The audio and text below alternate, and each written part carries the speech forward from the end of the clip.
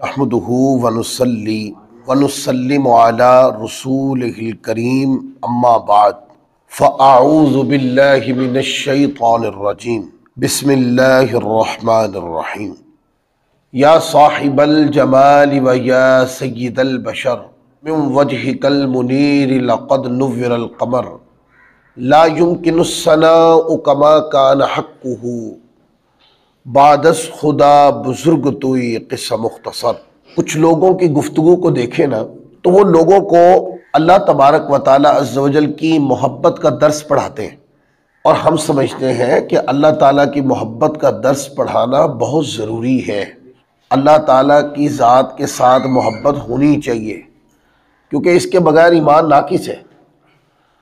और सिर्फ मोहब्बत नहीं होनी चाहिए, अल्लाह के साथ टूट के मोहब्बत होनी चाहिए। कुरान मजीद के अंदर है,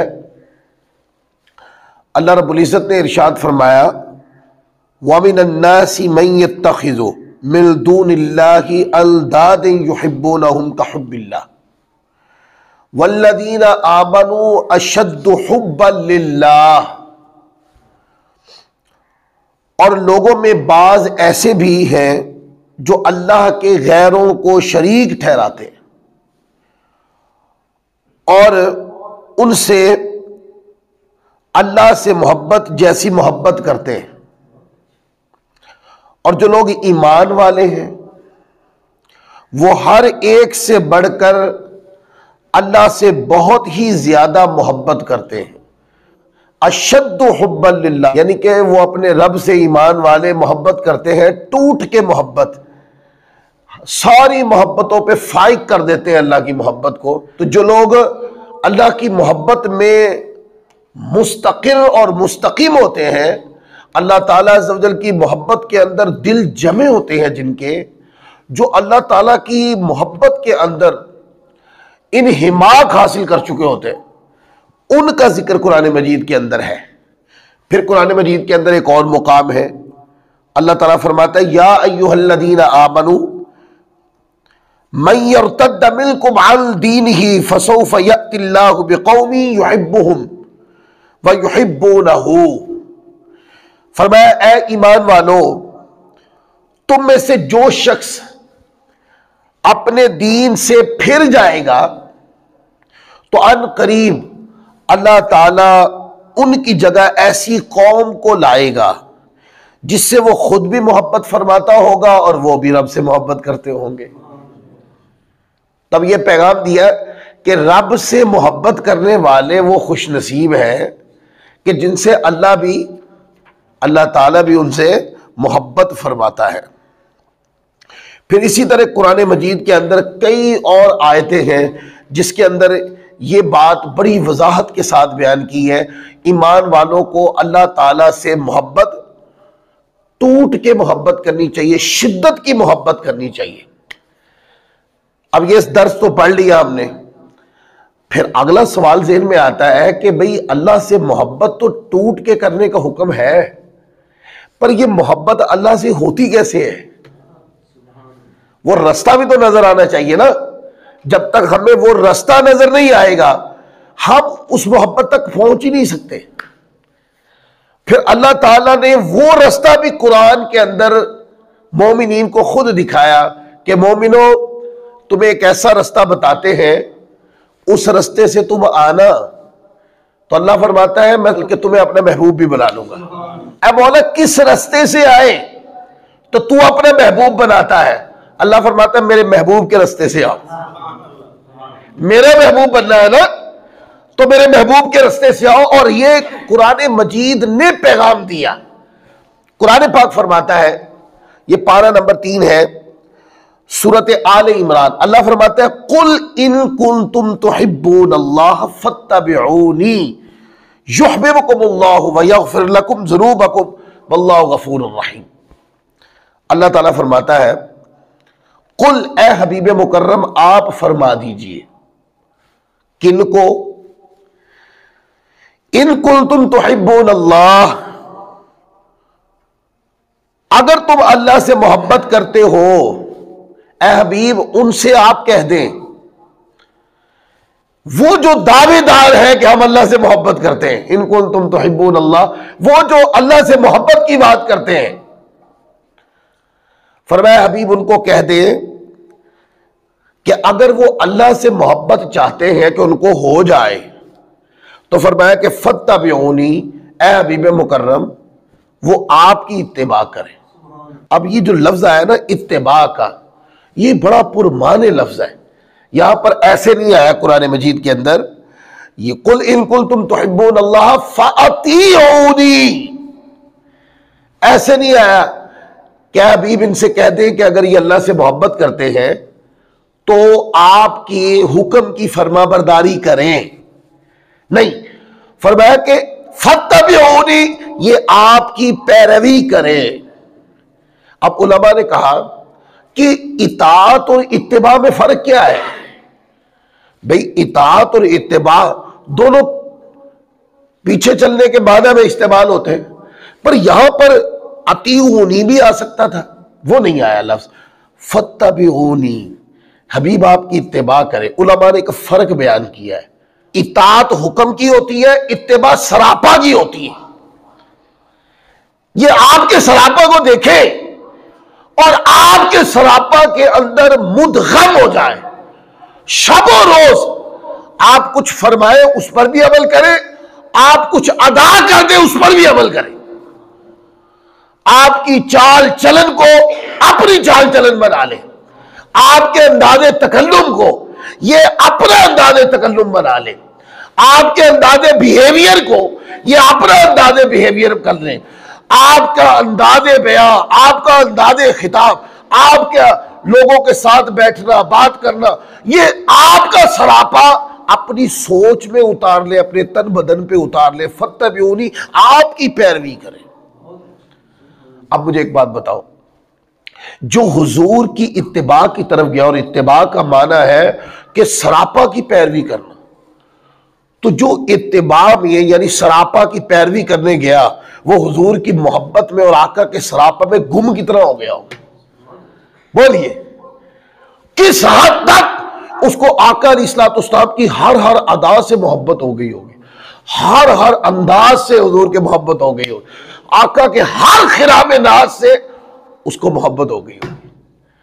तो कहा कि प्यारे, ये जो मोहब्बत, मेरी मोहब्बत का दावा कर रहे हैं, ये सच्चा तब होगा फत्तबिऊनी, ये आपकी इत्तिबा के जरिए आपके सरापा में गुम हो जाए। और जब ये आपके सरापा में गुम हो जाए तो उस वक्त इनका सिर्फ ये एक दावा ही सच्चा नहीं होगा कि इनको रब से मोहब्बत सच्ची हो गई है।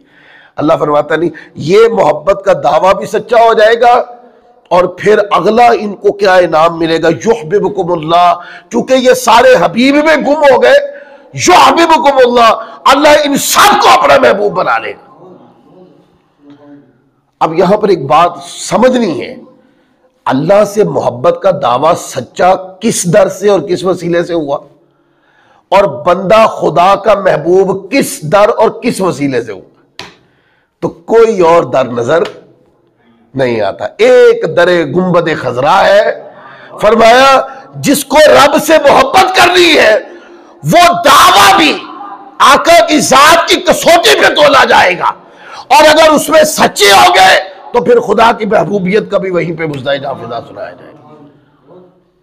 और अगर कोई बंदा हो, वो दावेदार हो अल्लाह की मोहब्बत का, पर उसको रसूल पाक उसकी बातों से, अंदाज़े ज़िंदगी से, उसके अंदाज़े कलाम से हुजूर की मोहब्बत की तो खुशबू ही ना आती हो, और वो दावा करता फिरे कि मैं रब से, मुझे मोहब्बत है, मुझे रब से मोहब्बत है, तो सर फिर ये दावा ही है। इसमें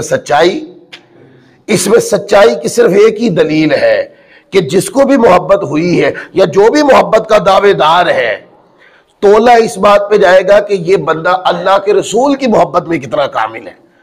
अगर तो अल्लाह के रसूल की मोहब्बत में कामिल है और दावा कर रहे हैं कि मुझे रब से मोहब्बत है, तो दावा सच्चा है।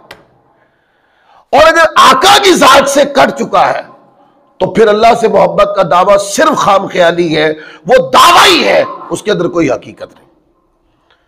अब अगली बात कि जब कोई बंदा आका की जात में फनायत इख्तियार करने के बाद फनाइयत इख्तियार करने के बाद उसका ताल्लुक अगला जो जुड़ता है ना, वो अल्लाह की ज़ात से जुड़ जाता है। और जिसको हुजूर के वसीले से अल्लाह का दर मिला, अल्लाह की कुर्बत नसीब हुई, हुजूर के मोहब्बत इत्तिबा इताअत के वसीले से, जरिए से जिसको अल्लाह ताला की मोहब्बत और कुर्बत नसीब हुई, वो बंदा सिर्फ इस दावे तक मुनहसिर नहीं रहता कि उसको रब से मोहब्बत हुई है, नहीं, बल्कि आया महबूब के वसीले से है। तो एक तो उसका दावा सच्चा हो जाता है कि रब से मोहब्बत करता है, दूसरा अल्लाह चूंकि महबूब के जरिए आया है, अल्लाह उसको खुद महबूब बना लेता है। तो महबूब के वसीले से आने वालों को महबूबियत के रास्ते पर मेहनत नहीं करनी पड़ती, महबूब के रास्ते से आने वाले खुद रब के महबूब बन जाते हैं।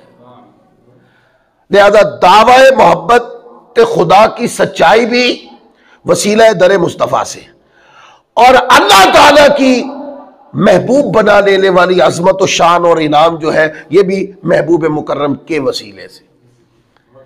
लिहाजा अल्लाह से मोहब्बत क्या है? ईमान की असल है, ईमान का जुज है, ईमान की कामिलियत है। वो वीरान दिल है, वो वीरान सीना है कि जिसको अल्लाह से मोहब्बत ही नहीं है, वो एक वीरान मकान की मिसल है। क्या है?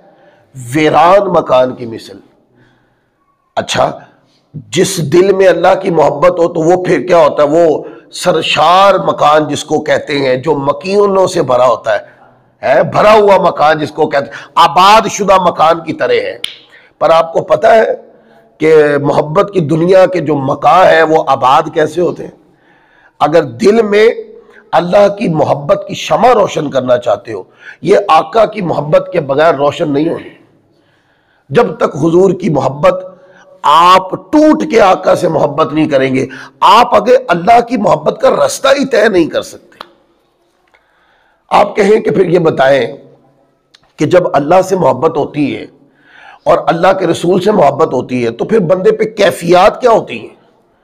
हाँ, कैफियत होती, जब आका से मोहब्बत होती है, अल्लाह के रसूल से मोहब्बत होती है, तो बंदे के लबों पर तराना ही अल्लाह के रसूल का होता है।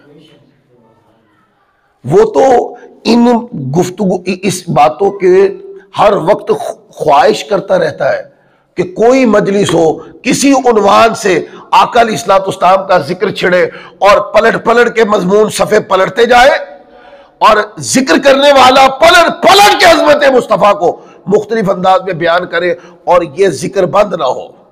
यह कैफियत होती। और आका अलैहिस्सलाम का जैसे ही जिक्र आता है, चेहरे पे तबस्सुम मचल जाता है। यह हुजूर से मोहब्बत की जो ज़ाहरी सूरत पर वारदात होती है, यह अंदाज है। और आका अलैहिस्सलाम की अज़मत में कोई छोटा सा नक्स वारिद करने की कोशिश करे तो बंदे की गैरत ईमानी जोश मारने लग जाए। वो एक तिनके जितना नक्श भी हुजूर की शान में और आका अलैहिस्सलाम की जात में बतौर ऐब बर्दाश्त नहीं करता। ये सारे उन्वानात हैं कि जब आका से मोहब्बत होती है तो फिर तबीयतों पे इस तरह के आसार और असरात की वारदात होती है। अच्छा, फिर जब किसी को अल्लाह से सच्ची मोहब्बत हो जाती, अल्लाह से सच्ची मोहब्बत होती तो बंदे को सजदा रेजी करने को दिल करता है। यानी बंदा सजदा करे, रुकू करे, क़याम करे, है तो बंदे को हर एक अदाए नमाज में लज्जत नसीब होती है। सजदे में जाता है तो दिल करता है लंबा सजदा करूं, क़याम में खड़ा है तो दिल करता है लंबा क़याम करूं, ज्यादा क़िरात करूं, रुकू में जाता है ज्यादा तस्बीह पढ़ूं। है एक नमाज पढ़ लेता है तो दूसरी नमाज तक अपनी जुबान को अल्लाह के जिक्र से तर रखना, ये उसका शौक और मिजाज बन जाता है। पहले तंगी से नेकी करता था, जब से मोहब्बत का मकाम मिल गया है, मुकाम मिल गया है, अल्लाह की कुर्बत नसीब हो गई है, तो क्या है, अब वो नेकी, वो जो जिस जोर से पहले करता था ना, अब उस जोर से नहीं, अब खुद ब खुद दिल माइल होता है नेकी करने की तरफ। और फिर क्या होता है, तबीयत में ठंडेपन का एहसास होता है, तबीयत में मोहब्बत की वारदात ज्यादा होती है। बंदा चीड़ी चुकड़ी तलखी वाली बातों को बर्दाश्त कर लेता है है, और दूसरे को अगर सौगात देता तो सिर्फ मोहब्बत की देता। ये उन्वादात होते हैं। जब अल्लाह से मोहब्बत किसी को हो तो मोमिन सुकून में आ जाता है, मोमिन सरापा अमन बन जाता है, मोमिन की तबीयत के अंदर अमन, आजजी, इंकिसारी, झुकाव आ जाता है, मोमिन की जुबान के ऊपर मीठापन आ जाता है। ये सारी अलामात है। जब अल्लाह की मोहब्बत की वारदात होती है तो मोमिन ऐसा हो जाता है। लिहाजा ये दो मोहब्बतें ऐसी, अल्लाह के रसूल की मोहब्बत और अल्लाह की मोहब्बत, ये दो मोहब्बतें ऐसी हैं, अगर ये नसीब नहीं हुई तो अभी ईमान अपने कमाल पर नहीं पहुंचा। यानी ईमान अभी सूखा दरख्त ही है, अभी उसके ऊपर सरसब्द शादाब फल पत्ते अभी खिले नहीं है, यानी वो पौधा अभी सही तरीके से जवान नहीं हुआ। और कैफियत की वारदात मैंने बता दी। हुजूर की मोहब्बत जब होती है तो फिर कैफियत ये होती है, और जब अल्लाह से मोहब्बत होती है तो फिर कैफियत ये होती है। अब इसके ऊपर हदीस सुने। यह हदीस पाक हजरत अनस इब्न मालिक रदियल्लाहु ताला अन्हो से है, और यह सही बुखारी के अंदर भी मौजूद है, हदीस नंबर 16। फिर सही बुखारी किताबुल ईमान के अंदर यह हदीस मौजूद है, हदीस नंबर 21। सही मुस्लिम किताबुल ईमान में भी यह हदीस मौजूद है, हदीस नंबर 43। तिरमिज़ी किताबुल ईमान के अंदर यह हदीस मौजूद है, हदीस नंबर 2624। फिर सुनन नसाई किताबुल ईमान में यह हदीस मौजूद है 4978। तो ये 4 सियासिता की किताबों में यह रिवायत मौजूद है। अनस इब्न मालिक रदियल्लाहु ताला अन्हु से यही सवाल पूछा गया कि हलावत ईमान कैसे मिलती है। उन्होंने फरमाया कि 3 खसलतें, 3 खूबियां जिस बंदे के अंदर होंगी तो फरमाया उसे हलावत ईमान यानी ईमान की मिठास नसीब हो जाएगी। अब पहली बात कि अल्लाह ताला और उसके रसूल से बाकी तमाम चीजों से ज्यादा महबूब होनी चाहिए। जितनी भी चीजें हैं दुनिया के अंदर, सबसे बढ़कर अल्लाह और उसके रसूल की जात बंदे को महबूब होनी चाहिए। दूसरी बात जिससे बंदा हलावत ईमान के मुकाम पे पहुंचता है, फरमाया दूसरा यह है कि जिस शख्स से भी उसे मोहब्बत हो वो महज अल्लाह की वजह से हो। बंदा मोहब्बत करता है ना तो दुनियावी गर्ज व गायत के लिए, दुनियावी कोई काम निकलवाना है या गर्ज है कोई, तो बंदा दूसरे से फिर उस गर्ज के तहत मोहब्बत भी करता है, प्यार भी करता है, जब तक वो गर्ज पूरी नहीं होती। और जब गर्ज पूरी हो जाती है तो बंदा फिर बेगर्ज हो जाता है। तो फरमाया कि ये जो गर्जों से मोहब्बत होती है ना, ये बंदे को हलावत ईमान नहीं दिलाती। मोहब्बत जब तक बेलौस ना हो तब तक ईमान की हलावत का बायस नहीं बनती। और बेलौस मोहब्बत पता किसको कहते हैं? बेलौस मोहब्बत के अंदर दुनिया नहीं होती। बेलौस मोहब्बत जो होती है अल्लाह के लिए होती है। बंदे से पूछा जाए ना कि आपने इसकी मदद क्यों की, उन्हें कहना है अल्लाह को राजी करने के लिए। आपने इसको फला ठोकर से क्यों बचाया, अल्लाह की रजा के लिए। फला काम में आपने इसकी मुआवनत क्यों की, अल्लाह की रजा के लिए। दुनिया का कोई सौदा उसके साथ नहीं है, दुनिया की कोई गर्ज उसके साथ नहीं है। तो फरमाया हलावत ईमान है तो अल्लाह रसूल की मोहब्बत के बाद जब बंदा अल्लाह के बंदों से मोहब्बत करे तो वो दुनियावी गर्ज व गायत के तहत नहीं होनी चाहिए, बल्कि वो मोहब्बत बेलौस अल्लाह की रजा की खातिर मोहब्बत होनी चाहिए। और तीसरी बात फरमाया कि तीसरी बात यह है कि कुफर से नजात पाने के बाद दोबारा हालत कुफर में लौटने को वो इस तरह नापसंद करता हो जैसे आग में फेंके जाने को नापसंद करता है। फरमाया कि ये 3 चीजें जब किसी दिल में, किसी नजरिए में, किसी सोच के अंदर ये 3 चीजें इकट्ठी हो जाए तो उस बंदे को ईमान की मिठास नसीब हो जाती, उसको मोमिनियत का मजा आने लग जाता है।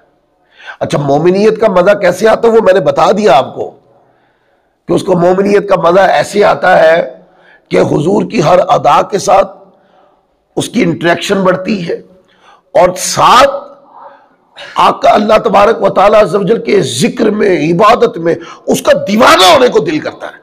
ये सारे उन्वानात हैं उसको ईमान की हलावत नसीब होने के। फिर एक और हदीस है, ये हदीस सही बुखारी शरीफ के अंदर है, किताबुल अदब हदीस नंबर 6646। एक रिवायत है, आका अलैहिस्सलाम ने फरमाया, कोई शख्स उस वक्त तक ईमान की लज्जत ही नहीं पा सकता जब तक वो दूसरे से महज अल्लाह के लिए मोहब्बत ना करे, और कुफर से निजात पाने के बाद दोबारा हालत कुफर में लौटने को वो इस तरह नापसंद करता हो जैसे आग में फेंके जाने को नापसंद करता।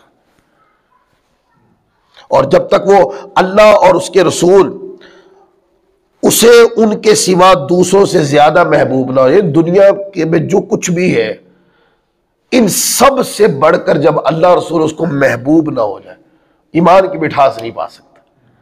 और ईमान की अब जितनी गुफ्तगू की है इसके ऊपर एक जुमला समझाना चाहता हूं, एक मफहूम समझाना चाहता हूं।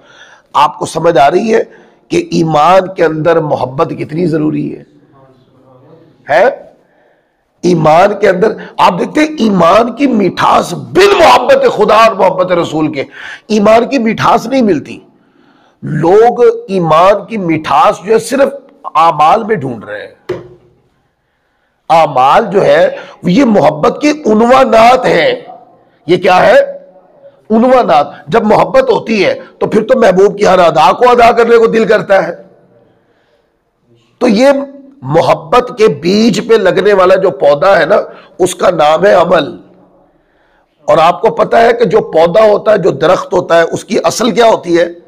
असल वो बीज होता है जिसके ऊपर वो पौधा लगा है। तो ईमान का तो पौधा ही मोहब्बत पे लगता है।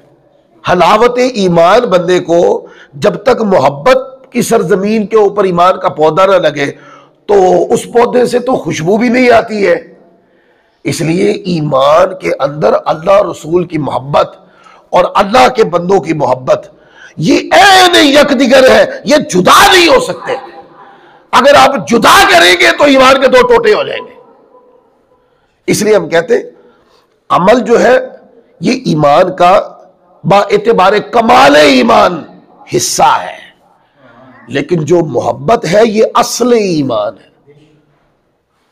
फिर आगे देखें, ये हदीस है और ये बड़ी प्यारी हदीस है। इसके ऊपर ये कई मकामात पे वारिद हुई है और वो ये है, ये भी अनस इब्न मालिक रज़ियल्लाहु ताला अन्हु से रिवायत है। ये सही बुखारी किताब फदाइल सहाबा के अंदर फारूक आजम रज़ियल्लाहु ताला अन्हु के जहां मनाकिब बयान होते हैं, इमाम बुखारी वहां लाए हदीस नंबर 3485 पर। सही मुस्लिम भी किताबुल बिर्र व सिला के अंदर इमाम मुस्लिम लाए हदीस नंबर 3485। तो ये दोनों जगह के ऊपर ये हदीस आई है। अब हदीस क्या है? अनस इब्न मालिक रज़ियल्लाहु ताला अन्हु रिवायत करते, कहते कि देहाती हुजूर अलैहिस्सलाम की बारगाह में आया और आकर उसने अर्ज की मतस्सा, कि आका ये फरमाए कि क़यामत कब आएगी। फरमाया क़ाल लहू रसूलुल्लाह सल्लल्लाहु अलैहि वसल्लम मा आदत लहा। आपने फरमाया तूने इसके लिए क्या तैयारी कर रखी है? अब उसका जवाब सुने। मैंने आपको कहा ईमान जो है बिन मोहब्बत के ईमान का कोई मफहूम नहीं है, और ईमान को सिर्फ आमाल पर मुनहसिर कर देना और अपनी तबलीग में, अपने दुरूस में जोर दे दे के कहना कि आमाल के अलावा मोहब्बत का कोई वजूद नहीं है, जो आमाल है यही मोहब्बत है, ये तकरीर सही नहीं है। जब आका ने फरमाया ना कि तुमने क़यामत की तैयारी क्या कर रखी है। अब अगले लफ्ज़ सुने हदीस के। उसने कहा काला हुब्बुल्लाहि व रसूलिही, कि मैं अल्लाह रसूल से मोहब्बत करता हूं। ये क्या है? इसका मतलब ये कि अल्लाह रसूल के साथ जो मोहब्बत है ये क़यामत की तैयारियों में से है कोई चीज है। तो जो क़यामत की तैयारियों में से कोई चीज हो ना, तो वो ईमान का हिस्सा होती है। इस बात को इस तरह समझ ले कि जो बंदा मुसलमान दुनिया से चला गया ना, वो बिल आखिर जन्नत में जाएगा। अगर उसके आमाल कमजोर भी हुए ना, तो अपने आमाल की सजा भुगत के भी फिर भी बोलिए जन्नत में ही जाएगा वो, क्योंकि वो मुसलमान दुनिया से चला गया। ईमान ऐसी चीज है। तो उससे पूछा गया कि हुजूर ये बताएं, आपने फरमाया कि क्या तैयारी क्या कर रखी है। उसने कहा कि क़यामत की मेरी तैयारी ये है कि मैं अल्लाह और रसूल से मोहब्बत करता हूं, यानी आका मैं आपसे भी मोहब्बत करता हूं, आपके रब से भी मोहब्बत करता हूं। इस पर आका अलैहिस्सलाम ने, कोई मौलवी साहब होते तो वो शायद तफसरा करके अपने मजहब की तरफ ले जाते बात, लेकिन ये तो सुल्तान अंबिया है। आका अलैहिस्सलाम, जहां पूरी दुनिया मिलके सोचे, वो सारी सोच मिलकर भी आका अलैहिस्सलाम की सोच की एक रत्ती के करोड़वें हिस्से तक भी नहीं पहुंच सकती। जब उन्होंने कहा हुजूर अल्लाह रसूल से मोहब्बत करता हूं, तो आका अलैहिस्सलाम ने ये नहीं फरमाया कि ये को तैयारी है। और एक रिवायत जो है अल्लामा इब्ने कसीर ने भी लिखी और इमाम अहमद बिन हंबल ने भी, उसने नाम लिया। नाम क्या लिया? उसने कहा कि या रसूलल्लाह, मेरे पास नमाजें और रोजे तो इतने नहीं हैं। जब यह बात कह दी, फिर कहा काला हुब्बुल्लाहि व रसूलिही, हाँ ये कि मैं अल्लाह रसूल से मोहब्बत करता हूं। अब मुझे बताओ, आमाल का नाम लेकर कहा कि इसमें कमी है, और साथ उसने कहा कि जिसमें कमी नहीं है ना, वो आका आपकी मोहब्बत और अल्लाह की मोहब्बत। इसका माने ये कि आमाल से हटकर भी वो जो कल्बी जज्बात जिसको कहते हैं, है कल्बी लगाव जिसको कहते हैं, वो जो कल्बी कैफियत है, ये खास उस मोहब्बत की तरफ इशारा है। लोग कहते हैं अमल ही मोहब्बत है, अमल ही जिसने कर लिया उसने ही मोहब्बत की है, और मोहब्बत का ताल्लुक दिल से कोई नहीं।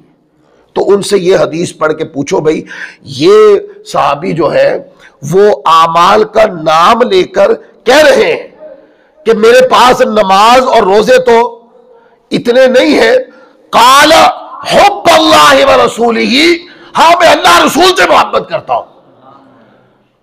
तो क्या आमाल का की कसरत का इनकार करके, किल्लत आमाल को बयान करके मोहब्बत की कसरत को बयान किया जा सकता है? इसका माना यह है कि आमाल में अगर कमजोरी भी होनी चाहिए नहीं, आमाल में कमजोरी होनी चाहिए नहीं। जिस नमाज को आका ने आंखों की ठंडक कहा है, मोमिन उस नमाज से पीछे क्यों है? नमाज आमाल में कमी नहीं होनी चाहिए। लेकिन मैं ये दलील देने के लिए कि आमाल की कमी का यह मतलब लेना कि इसको मोहब्बत नहीं है, यह जुमला गलत है। मोहब्बत उसको है, मोहब्बत में वो सच्चा है। हाँ, आमाल की कमजोरी एक अलग चीज है, वो उसमें नहीं होनी चाहिए थी। फिर आगे आका अलैहिस्सलाम ने नहीं फरमाया कि ये कौन सी तैयारी है, ऐसी तो तैयारी कोई नहीं। तैयारी तो सिर्फ रुकू, सुजूद, क़याम, ज़िक्रुल्लाह, तिलावत कुरान और इस तरह की चीज़ों से होती है। और अगर किसी ने ये चीज़ें किसी के अंदर नहीं है, तो ये तो क़यामत की तैयारी नहीं है। हुजूर ने कोई इनकार नहीं किया। आका अलैहिस्सलाम ने उसकी बात सुनकर हुजूर अलैहिस्सलाम ने फरमाया, क़ाला अंत मा मन अहबब्ता। आका अलैहिस्सलाम ने फरमाया, तो तू उसी के साथ होगा जिससे तुझे मोहब्बत है। अब बाद रिवायात में ये लफ्ज है, कहते हैं कि आका अलैहिस्सलाम ने जब उन्होंने कहा साहबी रसूल ने कि हुजूर मुझे अल्लाह रसूल से मोहब्बत है, तो आका अलैहिस्सलाम ने फरमाया कि तू क़यामत वाले दिन उसके साथ होगा जिसके साथ तुझे मोहब्बत है। तो कहते हैं कि ये जुमला ज़बान रिसालत से निकल नहीं था कि सहाबा किराम के अंदर खुशी की लहर दौड़ गई। अब सहाबा किराम के अंदर 4 शख्सियत ऐसी थी जो मरकज़े नजर रहती थी। तमाम सहाबा किराम के आइडियल थी वो शख्सियत। सैयदना सिद्दीक़ अकबर, हजरत सैयदना फारूक आज़म, हजरत उस्मान गनी और मौला अली शेर खुदा करमल्लाहु ताला वजहुल करीम। ये वो ज़वात पाक है कि आका अलैहिस्सलाम की महफिल मजलिस सजती तो करीब तरीन हुजूर के जो शख्सियात बैठी होती वो यही होती। और चूंकि आका अलैहिस्सलाम की मोहब्बत का मरकज भी थे ये, तवज्जो का मरकज भी थे ये, तो फिर सहाबा किराम की तबीयतें इन बुजुर्गों की तरफ ऑटोमेटिकली खिंचती रहती थी, क्योंकि हुजूर की तवज्जो का मरकज बने हुए थे। तो कहते जैसे ही हुजूर ने फरमाया कि क़यामत वाले दिन वो उसी के साथ होगा जिससे वो मोहब्बत करता है, तो कहते हैं कि सहाबा किराम खड़े होकर एक दूसरे के साथ गले मिलने लगे, खुशखबरी मुबारकबादी देने लगे इसके ऊपर कि हुजूर ने खुशखबरी सुना दी है कि जो जिससे मोहब्बत करता होगा वो क़यामत वाले दिन उसी के साथ होगा। और वो नारे लगाने लगे, माने कि मुबारकबादी देने लगे और लबों से इजहार करने लगे, हम तो रसूलुल्लाह के साथ भी मोहब्बत करते हैं, हम तो सिद्दीक़ अकबर के साथ भी मोहब्बत करते हैं, उस्मान गनी के साथ भी मोहब्बत करते हैं, अली शेर खुदा के साथ भी मोहब्बत करते हैं, फारूक आजम के साथ भी मोहब्बत करते हैं। इसका माना यह कि ये जो बात थी ना, ये बात छोटी, ये बड़ी गैर मामूली बात थी जो ज़बाने रिसालत से निकल गई। फरमाया जो जिसके साथ मोहब्बत करता होगा वो कि उसी के साथ होगा, और जिसने जिंदगी गुजारी हो हुजूर के नगमात अलाप अलाप कर, है कभी नात की सूरत में, कभी कुरान की सूरत में, है कभी सीरत तैयबा का खिताब सुनने की सूरत में, कभी आका की ज़ात पे दरूद पढ़ पढ़ कर जिसने ज़िंदगी बसर की होगी, है तो क़यामत का दिन आएगा, उनको आका अलैहिस्सलाम की कुर्बत और रफ़ाकत नसीब हो जाएगी। इस हदीस के तहत अगर सोचें तो हदीस सच्ची, मजमून सच्चा, बात सच्ची, इसमें कोई शक नहीं, शक करना जायज़ नहीं। अब कोई बंदा पूछे ना कि क्यों टूट टूट के सहाबा से और क्यों टूट टूट के हुजूर से मोहब्बत करते हो, तुम्हारे खिताब भी शान अज़मत मुस्तफ़ा अज़मत के अंदर, जब देखो तुम्हारे लबों पर हुजूर की अज़मत का तराना, जब देखो तुम्हारी लबों के ऊपर अहले बैत की अज़मत का तराना, जब देखो तुम्हारे लबों के ऊपर खुलफाए राशिदीन और सहाबा की मोहब्बत का तराना, क्या है ये? उन्हें कहना कि हम इनके झुरमट में उठना चाहते हैं, इनकी गुलामी में जिंदगी बसर की है और इनकी सरदारी में क़यामत का मंजर देखना चाहते हैं। और कुछ लोग तो ऐसे होंगे ना कि जिनको हुजूर अलैहिस्सलाम ने फरमाया कि जो मेरी ज़ात पर 50 बार दुरूद पाक पढ़े, तो आका अलैहिस्सलाम ने फरमाया कि मैं उससे मुसाफहा करूंगा, है तो ये हुजूर अलैहिस्सलाम गुनाहगारों की सफ़ों से निकाल लेंगे, बुला लेंगे, मुसाफा का शरफ दे देंगे। लेकिन जो मोहब्बत में फना है, सिर्फ मोहब्बत नहीं करनी, फनाइयत के दर्जे पे जानी चाहिए मोहब्बत। और फनाइयत पे पता कब पहुंचती है? जब कोई बंदा महबूब का ऐब ना सुने, और जब कोई ऐब नहीं सुनता ना, तो फिर वो ये बात नहीं करता जी असी तो उत्थे भी चल जाने, असी तो उत्थे भी चल जाने, वो सारे सही है, इधर भी सुन लो उधर भी सुन लो। हाँ, जहां महबूब की कमी बयान होती हो वहां पर अगर आप बैठते हैं तो फिर आप आम इंसान हैं, मोहब्बत की फनाइयत के दर्जे पर नहीं पहुंचे आप। जो फनाइयत के दर्जे पे होते हैं वो कहते हैं मर जाऊंगा, जहां पे महबूब की कमी बयान होती मैं वहां से गुजरना भी पसंद नहीं करता। और उसको तबीयत में बढ़ावा किस चीज को देते हैं? बढ़ावा तबीयत में इस चीज को देते हैं कि पलट पलट के महबूब का जिक्र करो, बार बार करो और करो, किसी और रमज में सुनाओ, किसी और तरीके से सुनाओ, तो पलट पलट के महबूब का जिक्र होते रहे, तबीयत इसी से खुश रहती है। महबूब का जिक्र बंद हो जाए तो बंदा फिर अगली मजलिस को तलाश करने लग जाता है। ये फनाइयत होती है। देखे ना सही मुस्लिम शरीफ के अंदर, और इस जो बात बयान कर रहे इसके कुछ अज्जा सीरत की बाज़ किताबों के अंदर है कि हज़रत उवैस करनी रज़ियल्लाहु ताला अन्हु आका अलैहिस्सलाम के दौर में थे, पर हुज़ूर से मुलाकात नहीं हो सकी। आए भी मिलने आए भी, पर मुलाकात नहीं हो सकी। और जब आका वो दीवाना हो के चला गया तो क्या आका अलैहिस्सलाम ने मौला कायनात अली मुर्तज़ा शेर खुदा करमल्लाहु ताला वजहुल करीम को भेजा। सैयदना फारूक आज़म रज़ियल्लाहु ताला अन्हु साथ गए, हुजूर का जुब्बा लेके गए और यमन के उस करन में उस गांव को ढूंढा जहां पर वो दीवाना उवैस रहता था, है। और जब ये दोनों बुजुर्ग हस्तियां वहां पहुंची हैं तो आका अलैहिस्सलाम का तोहफा पेश किया कि ये हुजूर अलैहिस्सलाम ने आप तक पहुंचाने का कहा था। कहते गुलामों को हुजूर वेखते नहीं, दिख कित्थों तक वेखते हैं। ये किताबों के अंदर ये वाकयात, गुलाम आया है वो हो के चला गया है, गुलाम की कैफियत क्या है, वो मोहब्बत की फलाहियत के किस दर्जे पे है, वो किस तरह टूट कर बारगाह रिसालत में बैठना चाहता है, आना चाहता है, ज़ियारत में फना होना चाहता है। लेकिन माँ है, माँ की खिदमत वो नहीं आने देती, क्योंकि माँ दुआ करती है कि चला गया ये वापस नहीं आएगा। तो जब जुब्बा दे दी, देखा फिर जब कोई बंदा मोहब्बत में फना होता है तो फिर कैसे बादशाहों की बारगाह से नवाजा कैसे जाता है, सरदारों की बारगाह से किस तरह नवाजिशे करम होते हैं।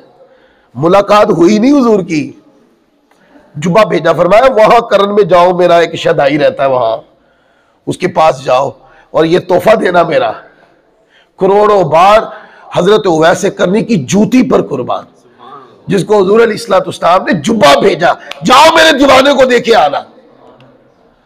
और वहां जाने वालों ने जाकर तोहफा दिया तो कहा यार की बात सुनाओ, हुजूर की बात सुनाओ, बताओ मेरे आका का तबस्सुम कैसा था, आका की चाल चलन कैसी थी, जब सहाबा में बैठते थे तो हुजूर कैसे मोहब्बत से सींच लेते थे, बताओ वो रम्ज कैसे, हुजूर अलैहिस्सलाम कैसे आप नजरे करम फरमाते थे तो वो कुफर से भरे दिल पिघल जाते थे, सुनाओ वो रम्ज दास्तान। तो मौला कायनात अली मुर्तज़ा शेर खुदा करमल्लाहु तआला वजहुल करीम और हजरत फारूक आजम रज़ियल्लाहु ताला अन्हु सुनाते रहे यार की बात, सुनाते रहे, सुनाते, वो मस्त हो के यार की बात को सुनते रहे। मस्ती की कैफियत इस तरह की थी कि मस्त समझ के ना लोग बट्टे मारते, तो बच्चों को ना डांटते नहीं है, बच्चों से कहते हैं बच्चों छोटे छोटे मारो ताकि मैं नमाज तो पढ़ सकूं। तो सुनते रहे हुजूर की बात, वक्त गुजरता गया, सुनते गए, और जब सब सुना दिया जो उस वक्त ज़हन में मुस्तहज़र था, सब सुना दिया। सुनाने के बाद वैसे करनी कहते हैं ये गलबा मोहब्बत है। ये क्या है? गलबा। जब गलबा मोहब्बत होता तो ये जुमले निकलते हैं। वैसे करनी रज़ी अल्लाह ताला ने फरमाया कि जो कुछ आपने कहा ये तो मोहम्मद का साया है, हकीकत मोहम्मदियत क्या है वो कुछ और चीज है। ये तो वो देखा ना कि जो मोहम्मद सल्लल्लाहु अलैहि वसल्लम का जो जाहिर था ये वो है, ये तो साया है। हकीकत मोहम्मदियत क्या है ये दुनिया उसको समझ नहीं सकती। लिहाजा मोहब्बत करने वाले हुजूर की निगाह में होते हैं। ये यहां से बयान का कोई दूसरा रास्ता ना निकल जाए, वरना इस पे दलाइल है। वैसे करनी की मोहब्बत हुजूर को पता चल गई थी। ये कुरान में कोई आयत तो नहीं आई इसकी, नहीं, वो रूहानी आंख से जानते हैं कि गुलाम है।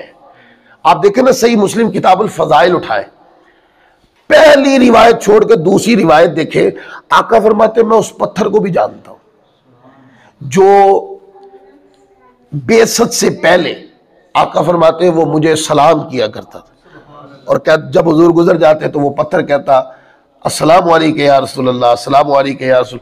आका फरमाते मैं उस पत्थर को अभी भी जानता हूं। क्यों जानते हो हुजूर? कितने पत्थरों से हुजूर गुजरे हैं, नालैन मुक़द्दसैन कितने पत्थरों को नवाजा है, पर वो लाखों करोड़ों पत्थर, सारी जमीन ही पथरीली थी, वहां कितने पत्थर हुजूर के नालैन मुक़द्दसैन के नीचे आए होंगे, पर मुस्तफ़ा को याद कौन है? वो पत्थर जो मोहब्बत भी करता है और आका का जिक्र भी करता है। और हुजूर अलैहिस्सलाम ऐसे तशरीफ ले जा रहे हैं, उहद का पहाड़ सामने, आका फरमाते ये हमसे मोहब्बत करते हैं, हम इससे मोहब्बत करते हैं। मोहब्बत करने वालों को आका कहीं भुला थोड़ी देते हैं। इमाम फासी रहमतुल्लाह अलैह ने एक रिवायत लिखी है मुतालिउल मुसर्रात के अंदर, वो शरह दलाइलुल खैरात है, वो शरह करते हुए लेके आए। वो कहते हैं कि हुजूर अलैहिस्सलाम की ये हदीस है, आका अलैहिस्सलाम ने फरमाया कि अहले मोहब्बत का दरूद मैं खुद सुनता हूँ। अब बताओ, जो भी मोहब्बत से दरूद पढ़े कौन सुनते हैं उसका दरूद? अच्छा, जिनका हुजूर दरूद सुनते हैं आप क्या समझते उन गुलामों को हुजूर जानते नहीं?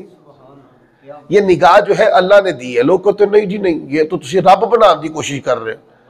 अल्लाह अकबर, रब बनाने की कोशिश नहीं कर रहे, रब दा महबूब ही दस रहे हैं। उन लोगों के ऊपर जो है ना तौहीद का इतना गलबा आ गया, इतना गलत मफहूम तौहीद का उन्होंने समझ लिया है कि जरा सी हुजूर की शान बयान उन्होंने शिरक दा डंडा बाहर निकल आना। फिर हम क्या करें, हम भी थोड़ी आदत से मजबूर हैं। जब तक हम अपना रांझा ना राजी कर लें, हमें भी चैन नहीं आता, हम भी फिर करते रहते हैं जिक्र। हम तो कर रहे हैं, जिक्र की मस्ती में गुम है और गुम रहेंगे। हमारे तो जनाजे भी ऐसे उठने हैं। शिरक के डंडों ने ना हमें पहले कुछ कहा ना अब कुछ कह सकते। जब मैदान इल्म का गर्म होगा फिर तो हम दस देंगे भी ऐसी कौन है। सिर्फ अपनी कौम को कहता हूं, ये है हमारा अकीदा। हमारी मोहब्बत इस पोजीशन पे होनी चाहिए, हमारा हुजूर की ज़ात से, अल्लाह की ज़ात से, और फिर जिस जिसको निस्बत हुजूर से है, वो चाहे सहाबा किराम है, खुलफाए राशिदीन है, अहले बैत किराम है, जिस जिसको निस्बत हुजूर से है वो सारे मुहर्रमात है हमारे लिए, इज्जत की जगह है। क्या है? इज्जत। चूंकि वो हुजूर के साथ जुड़े हुए हैं, लिहाजा अब हुजूर की वजह से उनसे भी मोहब्बत करनी पड़ेगी। उनसे मोहब्बत जरूरी है। उनकी मोहब्बत के बगैर आका अलैहिस्सलाम की मोहब्बत के तकाजे पूरे नहीं होते।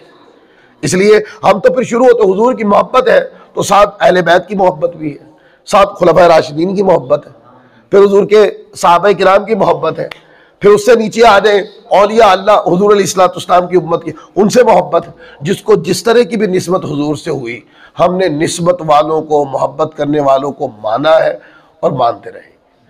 अल्लाह ताला हम सबको अमल की तौफीक अता फरमाए।